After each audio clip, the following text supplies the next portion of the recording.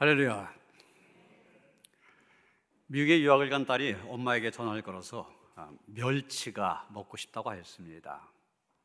혼자 멀리 가서 공부하는 딸이 안쓰러운 엄마는 시장에 가서 아주 좋은 멸치를 사다가 거기서 멸치 머리와 똥을 발라내고, 여러분 보신 것처럼 그렇게 따로 한 다음에 잘 포장을 해서 소프로 붙였습니다.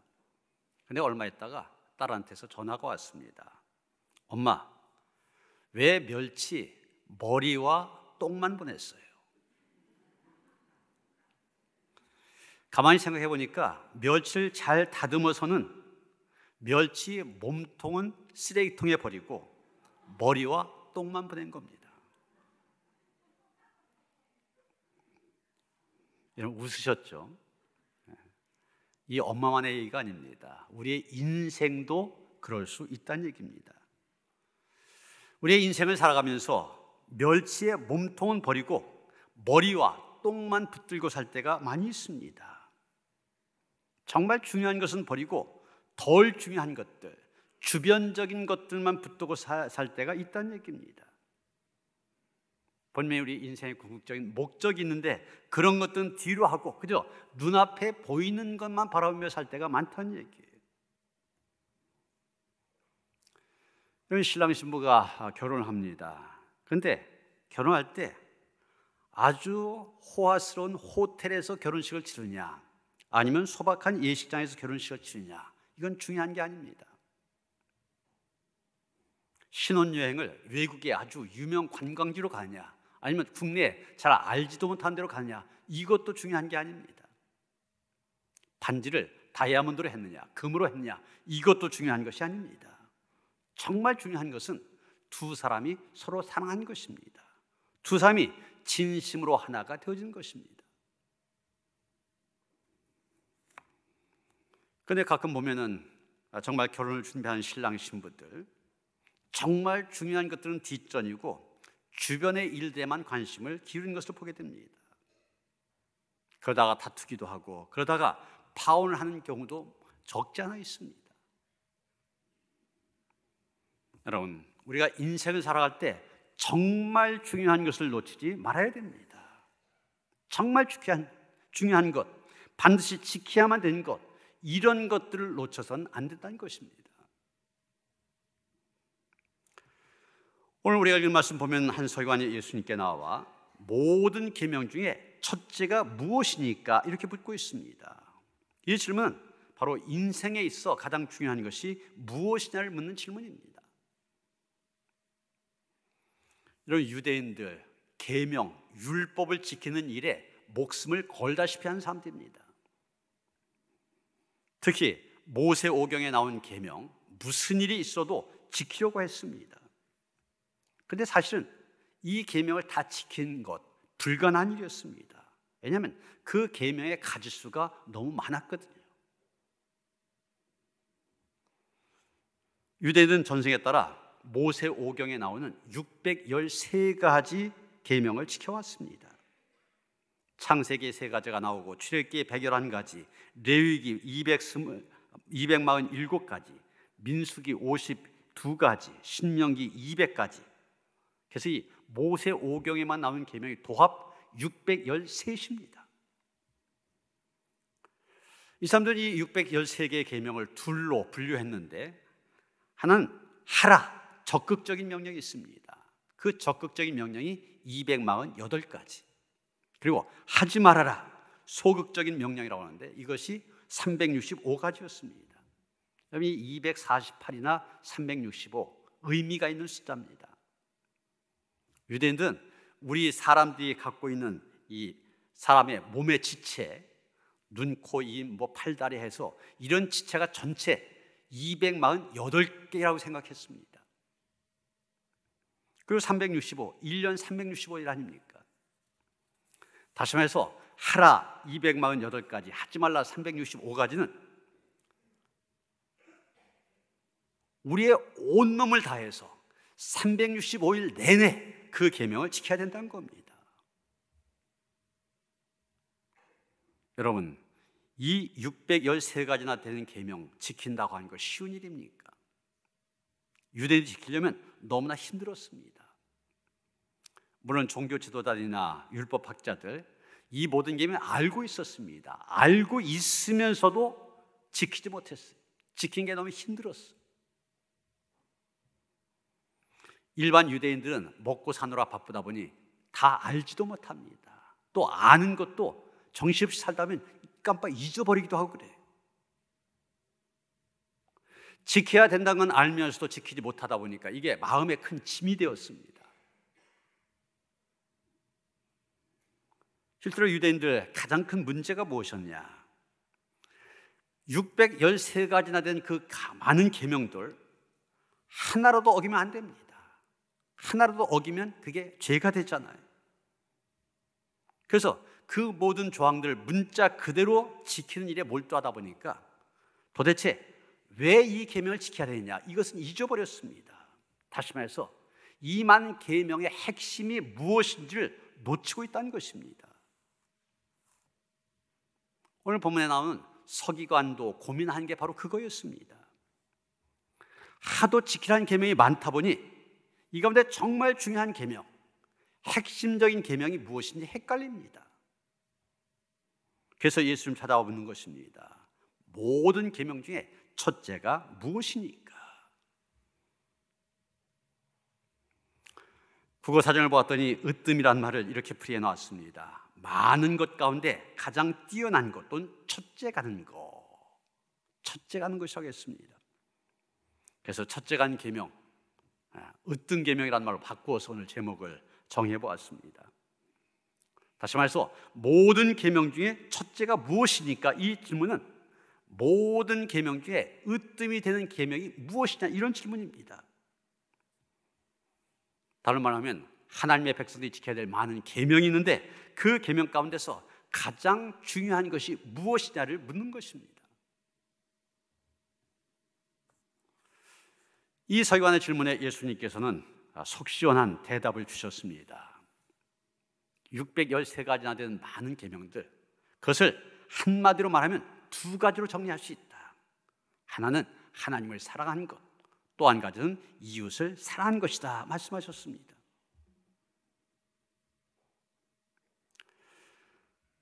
예수께서는 이 서기관에게 첫 번째 핵심을 말씀하시면서 신명기 6장 4절, 소위 쉐마의 말씀을 인용하셨습니다.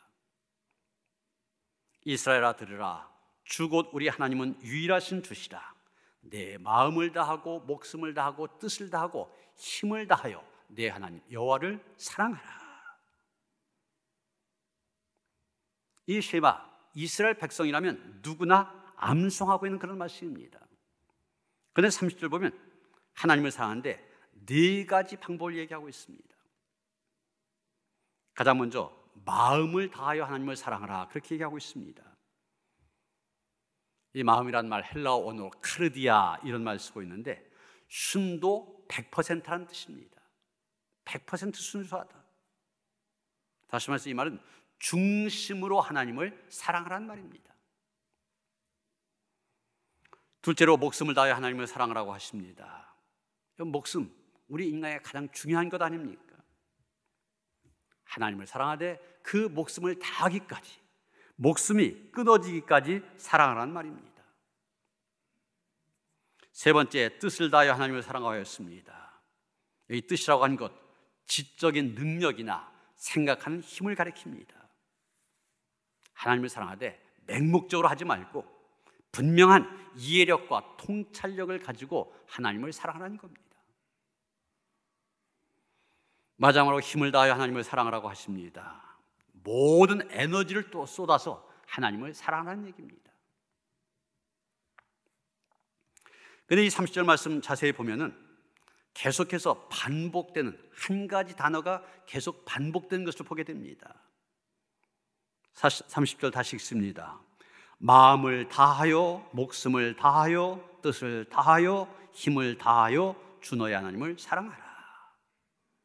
그럼 무슨 단어가 반복되고 있습니까? 다하여, 다하여, 다하여 계속 반복되잖아요. 네 가지 모두에 다하여라는 단어가 붙어 있습니다. 이 말씀을 NIV라는 영어 성경으로 보면은 더 이해하기가 쉽습니다.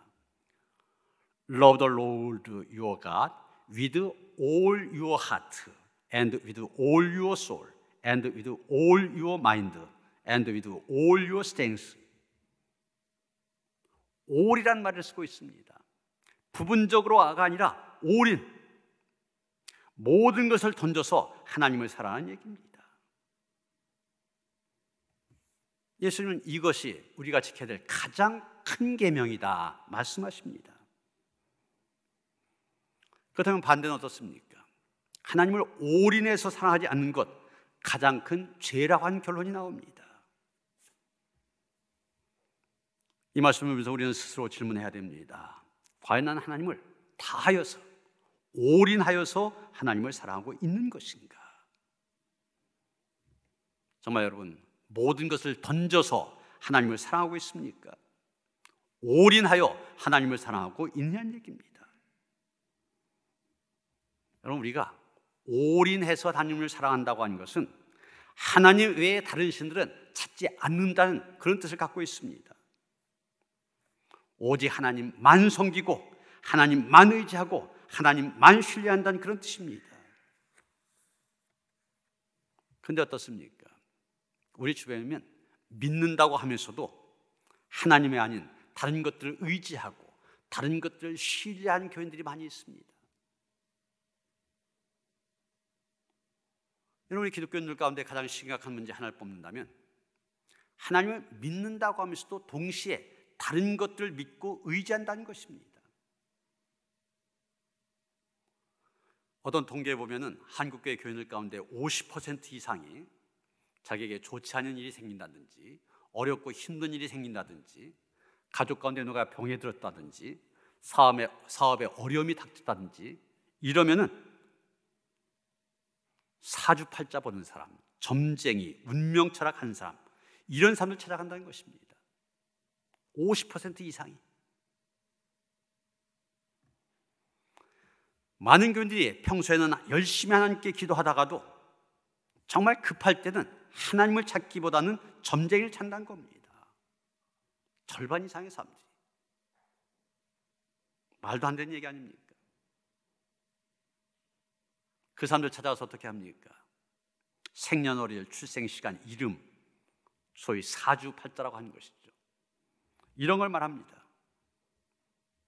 그럼 그 사람들이 뭐라고 합니까? 대부분 이렇게 얘기한다고 그래요. 당신은 언제 어느 날 액이 끼었습니다. 그 액을 풀거나 막지 않으면 좋지 않은 일이 생깁니다. 이 한마디를 합니다. 그런 말 듣고 가서 지내다 보면 어쩌다 한번 그런 말이 맞게 됩니다. 그러면 믿음이 생겨요. 그 믿음이라는 게 하나님에 대한 믿음이 아니라 점쟁이에 대한 믿음이 생긴 겁니다. 그러면 그 다음부터는 그 사람들이 하라는 대로 하게 됩니다. 부적을 사야 된다 그러면 돈 아까운 줄 모르고 거액을 주고 덜컥 부적을 삽니다. 굿을 해야 된다면 거액을 들여서 스스럼 없이 굿을 합니다. 요즘에 스포츠심에 보면 오늘의 운세 이런 게 나오지 않습니까? 그래서 계속 들여다보다가 한두 번 맞으면 그 다음부터는 매일 스포츠신문을 사서 오늘의 운세부터 보면서 하루를 시작합니다. 그럼 가끔 가다가 오늘의 운세가 좋지 않다 이렇게 나오지 않습니까? 그러면 하루 종일 그것 때문에 찜찜해하면서 살아가는 그런 사람들이 있습니다. 여러분, 하나님을 모르는 사람들은 뭐 그래도 괜찮아요. 그런데 하나님을 믿는 사람들까지 그렇다고 하는 것 보통 문제가 아닙니다. 오늘 10월의 마지막 날이면서 종교개혁 기념 504주년 되는 기념일이면서 기념주일입니다. 여러분, 종교개혁이 일어날 수밖에 없었던 여러 가지 시대적인 상황, 그동안 많은 말씀을 들으셨었죠. 심지어 이런 일도 있었다고 합니다. 사제들은 예수님의 제자들 또 사도들의 유물을 보기만 해도 죄가 보속된다. 거룩한 땅 성지 순례를 하기만 해도 죄가 보속된다. 이런 잘못된 가르침을 전했습니다. 그런데 유물마다 급이 다릅니다. 그래서 어떤 유물을 보면 10년짜리 죄를 사함받고 어떤 유물을 보면 1년짜리 죄를 사함받게 됩니다. 그런데 그걸 보려면 다 돈을 내야 돼요. 그만큼 10년짜리면 많은 돈을 낸다는 얘기죠. 결국 돈 문제입니다. 그 얘기는 잘 아시잖아요. 천국과 지옥 사이에 어떤 곳, 아직까지 공로가 부족한 사람들이 들어가 있는 연옥이라고 하는 곳이 있는데, 그 조상들이 연옥에 있는 조상이 천국에 들어갈 수 있도록 돈을 내면은 그 돈이 헌금함에 땡그렁 소리가 나는 것과 함께 연옥에 있는 조상의 영혼이 천국으로 올라간다, 이랬잖아요. 다 돈 문제입니다. 예수를 믿음으로 구원받는다고 가르치지 않았어요. 말은 안 했지만 돈을 내야만 구원을 받습니다. 다른 말로 하면 돈을 믿으라는 얘기죠. 하나님보다도 돈이 먼저입니다. 그것이 결국은 종교개혁으로 이어지게 된 것입니다. 실제로 우리 주위를 보면은 입술로는 주님만 사랑한다 그렇게 말하면서도 실제로는 돈을 더 사랑하고 세상을 더 사랑하는 교인들 많이 있습니다. 하나님께서는 우리의 예배를 가장 기뻐하신다, 이론적으로는 알고 있지만 그 하나님께서 기뻐하신 예배를 드리기보다는 내가 기뻐하는 일을 먼저 하는 사람들이 있습니다. 찬양을 드릴 때는 주만 바라볼지라 찬양하지만 실제로는 주위에 있는 사람들 더 의식하는 교인들이 있습니다. 여러분, 이것은 올인 신앙이 아닙니다. 올인 신앙은 오직 하나님만 섬기고 하나님만 의지하고 하나님만을 신뢰한다는 뜻입니다.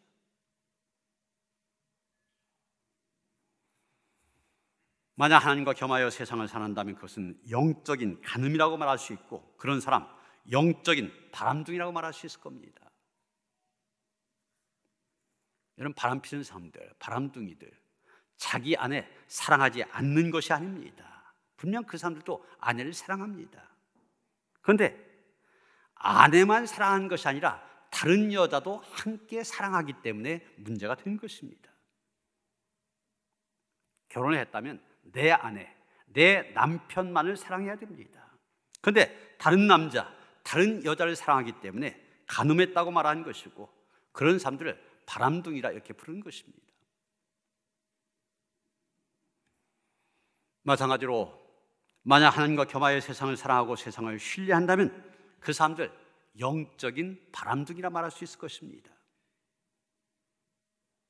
당연히 영적인 바람둥이가 되어서는 안 됩니다. 마음을 다하여, 목숨을 다하여, 뜻을 다하여, 힘을 다하여 주 너의 하나님을 사랑하라 말씀하신 그대로입니다. 올인해서 하나님을 사랑해야만 됩니다. 여기 다하여 계속 그러고 얘기하고 있는데, 다한다고 하는 것, 올인한다는 말, 또 다른 말로 얘기하면 최선을 다하는 것을 얘기합니다. 최선을 다하는 삶을 살아가라는 얘기입니다. 미국의 전직 대통령 지미 카터, 아주 독실한 기독교인으로 알려지고 있습니다. 이분이 자서전을 썼는데 그 책의 제목이 왜 최선을 다하지 못했는가? Why not the best? 이런 제목입니다. 이 책에 보면 그가 그런 제목을 달게 된 얘기가 나오게 되는데, 이 카터는 해군 사관학교를 졸업합니다. 임관하고 나서 해군 제독인 릭 오버와 면담을 갖게 되었는데, 이 제독이 갓 임관한 아주 따끈한 해군 장교 아닙니까? 그런 카터에게 여러 가지 날카로운 질문을 던졌습니다. 카터는 아주 쩔쩔매면서 대답을 합니다. 그러던 중 이 제독이 카터의 해군 상황학교 그 학교 다니던 시절 어땠었는지 물었습니다. 어떻게 훈련을 받았는지, 성적은 어땠었는지, 또 사관생으로서의 생활은 어땠는지 이런 것들을 물었습니다. 그래서 나름대로 대답을 했더니 제독이 묻습니다. 그것이 자네가 최선을 다한 결과인가? 카타가 머뭇거리며 대답합니다. 글쎄요, 최선을 다했다고 말씀드릴 수는 없습니다. 그랬더니 이분이 무섭게 쏘아보며 다그칩니다. 왜 최선을 다하지 못했는가? Why not the best?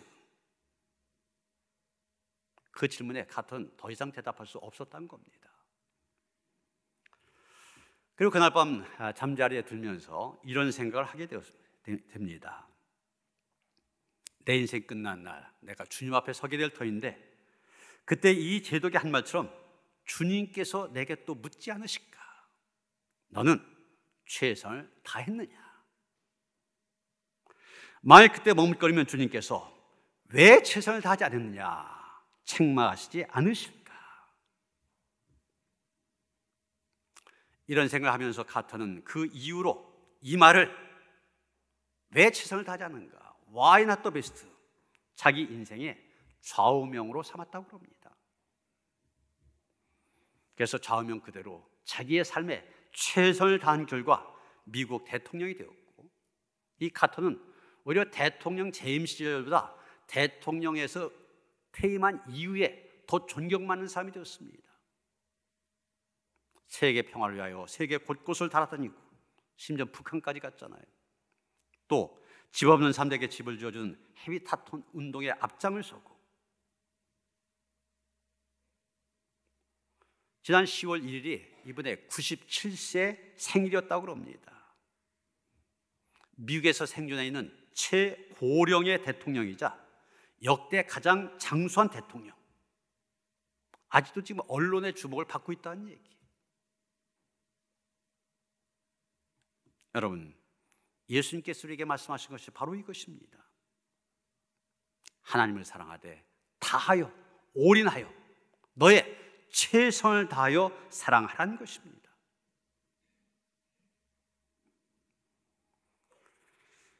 예수님은 이 서기관에게 두 번째 핵심을 말씀하시면서 레위기 19장 8절의 말씀을 인용하셨습니다. 내 이웃을 내 자신과 같이 사랑하라 하신 것이라.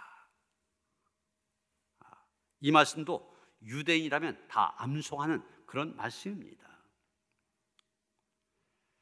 그런데 이 이웃을 사랑하라는 이 말씀을 들으면서 좀 의아해하는 분도 있을 것입니다. 아니 목사님, 금방 전에 하나님만 사랑하라 그렇게 말씀하셨지 않습니까? 그런데 이제는 이웃을 사랑하라고 하니 이게 말이 됩니까? 논리가 안 맞지 않습니까? 맞는 얘기입니다. 그런데 여러분, 29절부터 31절에 언급되어 있는 이 첫째란 단어, 둘째란 단어, 이 두 개의 단어를 염두에 둔다면 쉽게 이해할 수 있을 것입니다. 첫째, 둘째, 이거는 예수님께서 잘 사용하시지 않는 단어들입니다. 예수님 말씀하실 때 대부분 장황하게 나열하면서 말씀하지 않으시고 간단하게 한마디 툭 던지듯이 핵심만 말씀하셨습니다. 예수님이 말씀하신 대화법을 보면 서론은 이렇고 본론은 이렇고 결론은 이렇고 이런 식의 얘기하지 않습니다. 첫째로, 둘째로, 셋째로 이런 식으로 얘기도 하지 않으십니다. 그런데 오늘 본문에서는 첫째로, 둘째로 이런 단어를 사용하셨습니다. 이것은 이 서기관이 모든 계명 중에 가장 중요한 계명이 무엇입니까? 질문했는데 그 질문에는 맞지 않는 것으로 보여집니다.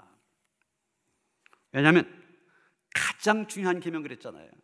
가장 중요한 계명 그러면은 답은 두 개가 아니라 하나가 돼야 됩니다. 가장 중요한 것이니까.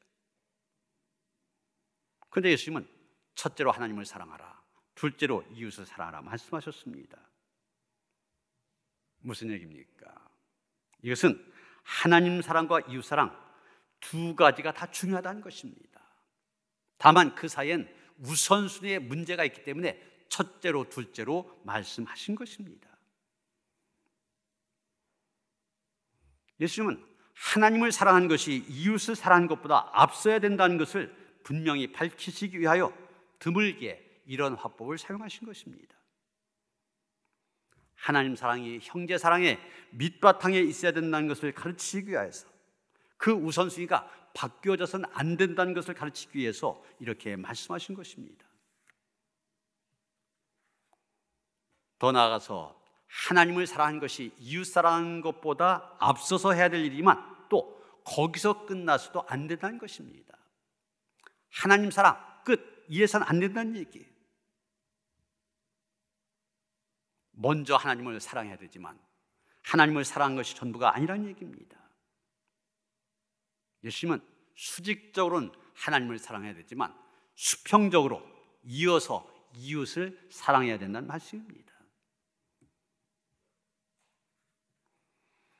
여러분, 우리 한국교회가 갖고 있는 문제가 무엇입니까? 수직적으로 하나님을 사랑하는 건 잘합니다. 그런데 수평적으로 이웃을 사랑하는 것을 잘하지 못한다는 것입니다. 우리가 하나님께 예배드리고 기도하고 헌금하고 하나님께 헌신하는 거 얼마나 잘합니까? 그런데 이웃에게 하는 것은 그렇지 못하다는 얘기예요.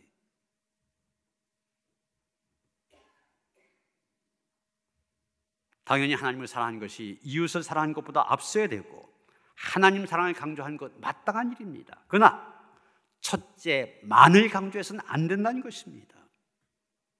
첫째와 둘째 분리되어서도 안 되고 둘은 언제나 함께 가야 된다는 것입니다. 그런데 그동안 우리 한국교회 안에 첫째만 있었지 둘째가 부족했었습니다. 하나님 사랑은 열심히 했었지만 이웃 사랑을 잘하지 못했습니다. 이 예배당에 나와 하나님을 예배하는 것은 열심을 했지만 옆자리에 앉아 함께 예배드리고 있는 교우들을 사랑하는 일에 있어서는 잘하지 못했다는 것입니다. 영어로 제노비즈 케이스, 제노비즈의 경우 이런 말이 있습니다. 이것은 미국 뉴욕의 퀸지에서 발생했던 한 실화에서 나온 말입니다. 1964년 키티 제노비즈라고 한 여인이 살해되었습니다.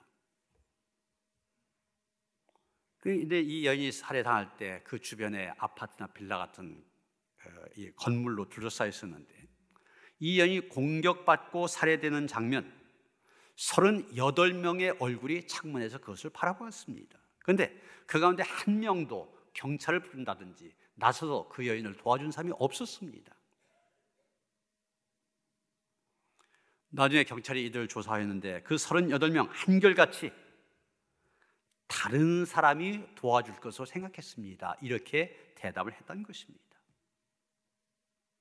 내가 아니라 다른 사람이. 그러니까 38명이나 됐었는데 한 사람도 나서지 못한 것이. 여러분, 이것이 오늘날 교회의 모습은 아닙니까? 지금은 세상에서도 이웃을 돕기 위해 힘쓰고 있습니다. 이런 정부의 사회복지 예산은 매년마다 늘어가지 않습니까?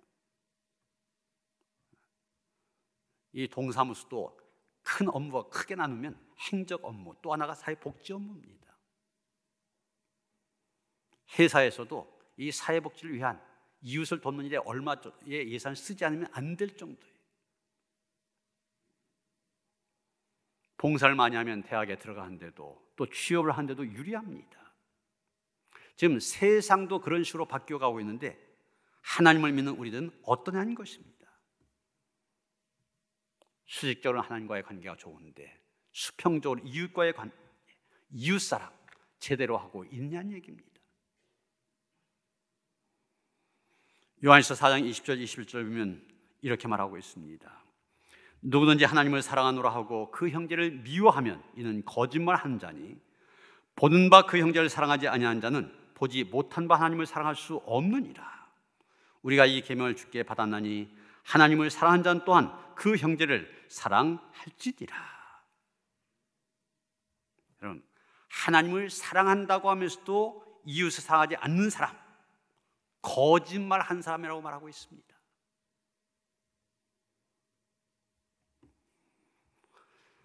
지난주간 우리 감리교회 입법의회, 이게 소위 정부로 말하면 국회와 같은 그런 일입니다. 법을 제정하기도 하고 개정하기도 하는 그런 회의였었는데 감리교 130년 역사상 가장 결실이 있는 입법의회였다, 이런 평가가 내려지고 있습니다. 좀 통과되기 어려우리라 여겨졌던, 예를 들면 선거권을 굉장히 확대하는 문제라든지, 또 우리 연회가 지금 12개인데 5, 6개로 이렇게 통합해서 줄인다든지 이런 것들 주님 오실 때까지 어려울 거라고 했던 문제들입니다. 그런데 그런 것이 다 통과가 되어졌습니다. 그래서 우리 감리교회가 이제까지 많이 좀 망가졌는데 다시 바로 설 수 있는, 좀 개혁할 수 있는 그런 디딤돌을 마련했습니다. 그런데 통과된 여러 안건 가운데 특별히 해외 선교사 재난지원 긴급 조성 법안, 이런 게 있었습니다.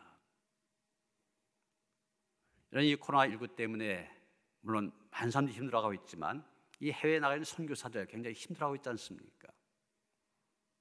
코로나에 걸렸는데도 제대로 치료를 받지 못합니다. 그래서 지난 8월까지 코로나 때문에 사망한 한인 선교사가 23명이나 된다고 그래요.